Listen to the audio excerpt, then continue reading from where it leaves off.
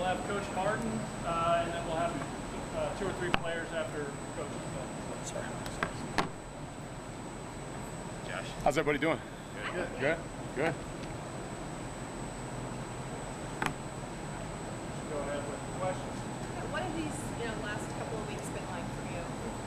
Well, it's been a lot of fun to be able to jump into this role as quickly as it happened, and with 2 days right before training camp started, you're kind of like drinking out of a fire hose a little bit, but it's been a blast. I've try to hit the ground running and develop this relationship with the players as fast as I can and learn the scheme and learn what we're doing, but it's been awesome.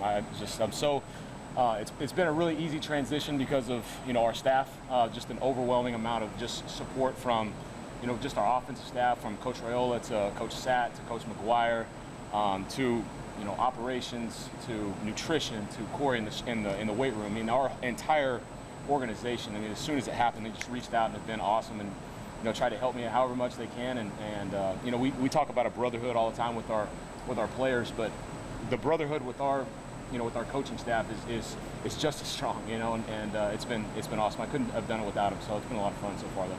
Josh, is there any stop or any situation in your coaching background that prepares you well to go from being an analyst to a full-time position coach 1 week before it's over?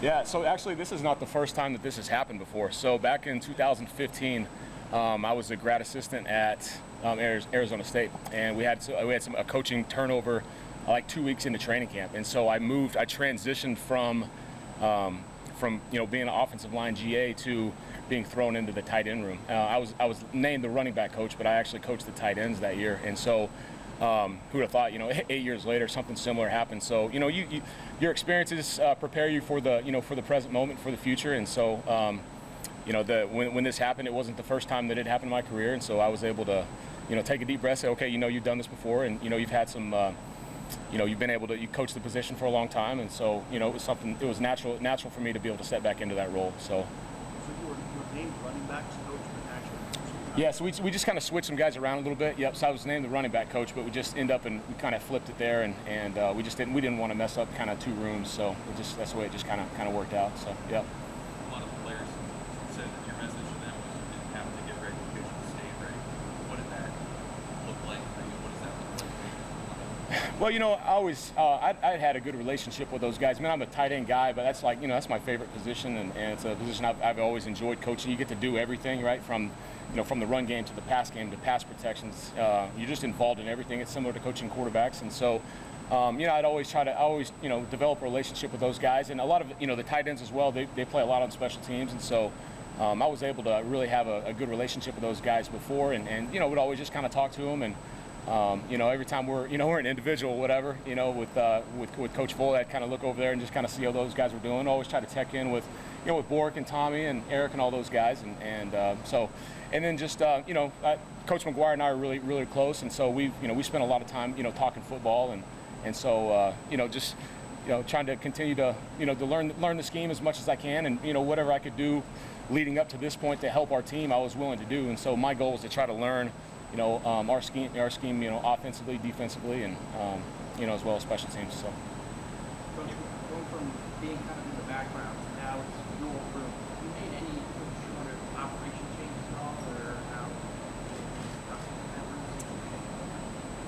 I don't really know exactly how it was run before. It's kind of just plug in and just kind of play. We obviously everybody has their own unique style of how they teach and how they kind of install and coach and all that stuff, and so but we try to use one voice, and so the terminology in the pass game and the terminology in the run game and all those things, the way we call things and stuff, so really just trying to learn all that. It's not like I'm coming in with a whole brand new set of I called this block this and this whatever's been used in the past, like I'm learning that and I learned that, and that's what we've kind of continued to do. The way I teach the route concepts, the way I teach everything is the same as how Garrett teaches the stuff in the receiver room, and the exact same way that Donnie teaches stuff in the line room. So from that standpoint, I think it's all kind of been it's been similar.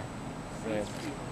Since you took over, how far you see Thomas Donnie? He's healthy now. What have you seen out there? I've been proud of Thomas. The thing about Thomas that obviously he's got great size, he's got great length, he can run. He's really athletic, freak athlete. What I don't know what people truly know about him is how much he loves football and how much how he really he's really hard on himself, but he's a constant seeker of knowledge. He's a perfectionist, and sometimes hey, look, hey, you made a bad play, you got to move on, right? You have to move on, what's next mentality, like we say all the time with our players. And but I've been really proud of Thomas and his progression on the field, and then just in the film room. I mean, he's always just constantly, hey coach, what do you think about this? What do you think about this? What do you think about this? And he's constantly trying to improve. And that's the same with a lot of these guys. With Nate Bork's just the same way. A lot of those guys, Jake Applegate, Luke Lindenmeyer, all those guys in that room are just constant seekers of knowledge, and they want to know, okay, I want feedback. I want to know what I can do better. I want to know what did I do well, but then how can I improve even if I did well. So I've been really impressed with those guys. It's a really fun group to coach. You kind of describe your path to Nebraska. You had the high school season last year. Yep. And how did that all kind of come about? So yeah, kind of a crazy story. So we kind of finished up at SMU, and I had some opportunities at some other places, but I wanted to stay. I'm from Dallas, and wanted to be close with my family and stuff, and I had some opportunities elsewhere that I didn't really want to do, and so I had an opportunity at high school. A guy by the name of Joe Castillo was the head coach at Little Elm High School. Was a really close friend, a really good mentor to me, and gave me an opportunity. Didn't know him very well, but gave me an opportunity. But I always knew I wanted to get back into into college football, and I had a few opportunities that I thought was going to happen, back in December, when the coaching carousel kind of started and stuff, and that I thought were going to happen, and things kind of fell through. And I said, the next opportunity I get, I don't care where it is, what it is, I'm going to take it. And then, when Coach Rule called, it was a no-brainer. It was a no-brainer, and I didn't care what it was. I was like, hey, this is the job, and I was like, man, I can't be more excited to be here. Actually, kind of funny story. So.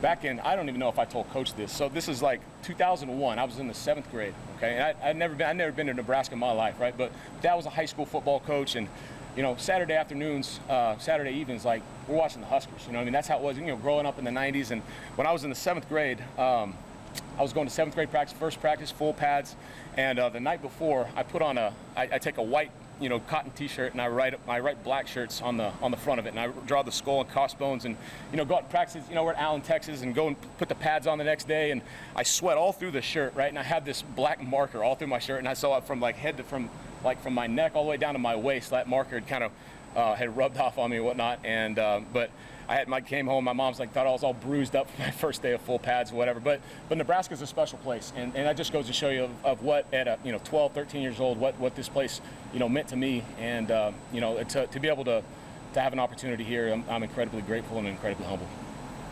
How do you feel about the role of tight end in Coach Satz's offense? Well, it's an awesome role. If you want to play in the National Football League, this is the place to play tight end. To be able to come here, we do a lot of different things with these guys. The things that they're going to do at the next level. You're going to do everything, right? You're going to play in line. You're going to play in the backfield. You're going to play, you're going to play in the slot. You're going to play out wide, singled up. You're going to do everything. And so, and the verbiage is very similar to what you would see at the NFL level. And so, to be able to come here and for recruits and anybody to be able to come and play here, this is a special place to play tight end. It's a really special place. Josh, what was the key thing you wanted to get across, generally speaking, to recruits too, when there was this transition? What did you want to get across to them right away? Maybe calm some nerves or anything like that?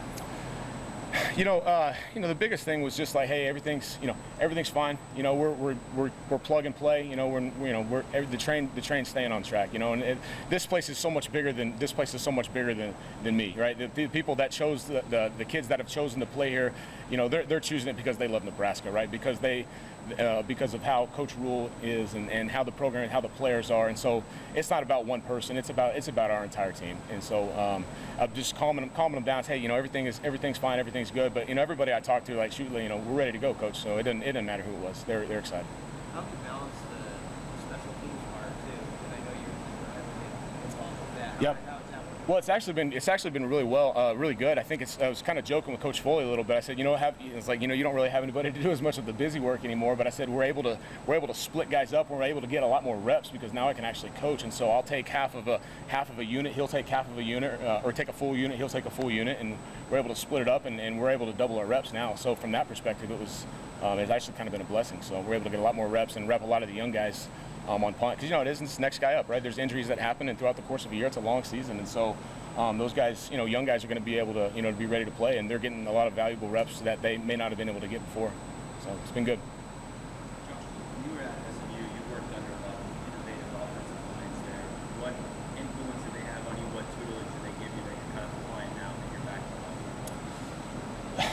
That's a great question. One of the biggest things I've learned was, the simplicity of it, and to be able to, to make the routine play. And that's one thing I talk about with guys all the time is make the routine play. And you don't have to be a superstar. You don't have to go out and do something, way above. Just go be yourself, do your job, and make the routine play. And I think some of as innovative as maybe some of those offenses are, they're boring in a sense of like, there's not a whole lot of fluff to it. It's just, do your job and execute at a high level, but we're plugging in and playing here, and this is a very innovative offense here. You know what I mean? What we're doing, and so this is an unbelievable place to play offensive football.